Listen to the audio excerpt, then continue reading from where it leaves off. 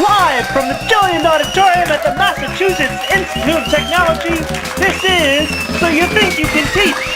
Now here's your host, Kat Reynolds.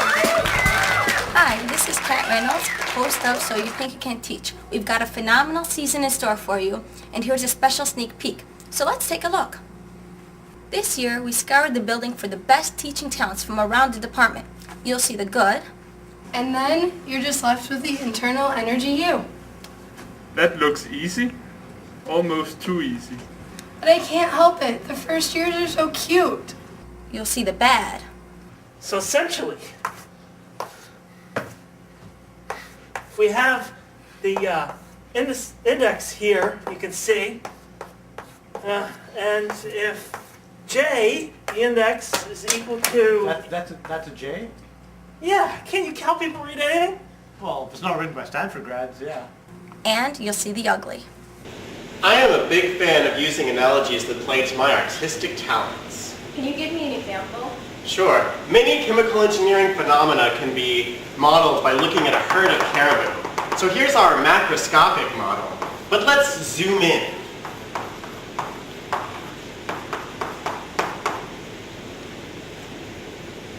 Our award-winning judges are back and better than ever. Our panel is chaired by the mustache Matador himself, Diamond Bill Dean.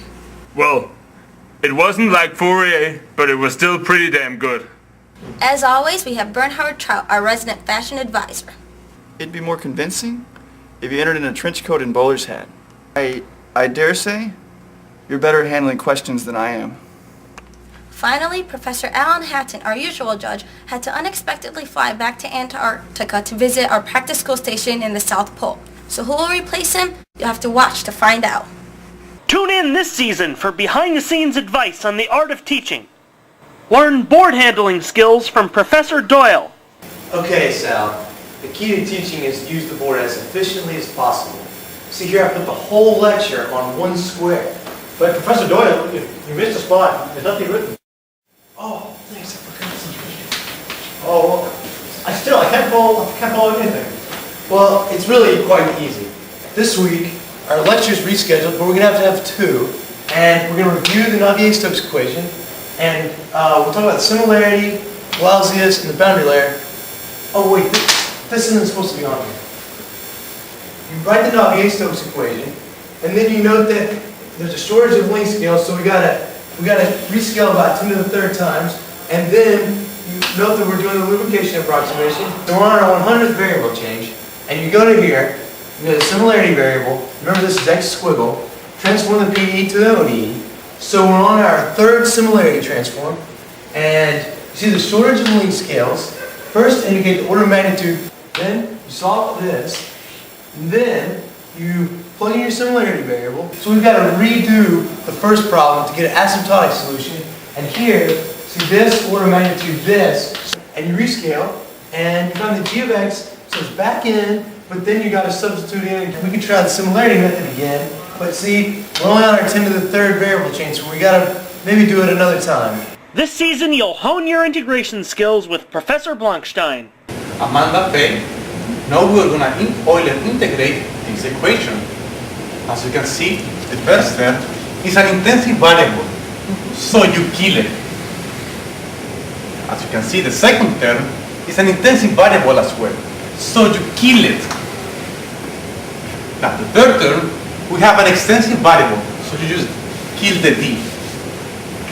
And that's the Euler integration. It's an intensive variable, so you kill it. No. You have to put more emphasis. You kill it, So you kill it. no. You kill it. So you kill it.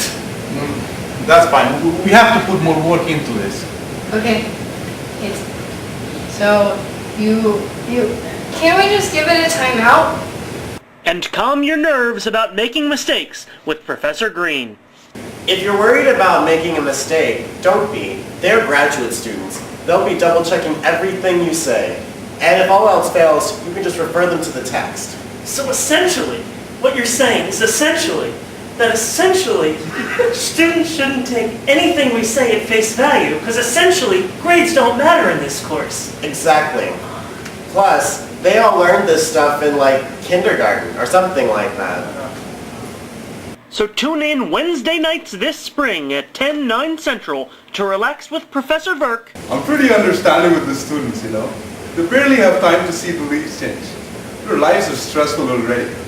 Which is why I always say, what's an order of magnitude between friends? And see the good, bad, and the ugly of Course 10. The new season of So You Think You Can Teach premieres in January, so don't miss it, here on MITV.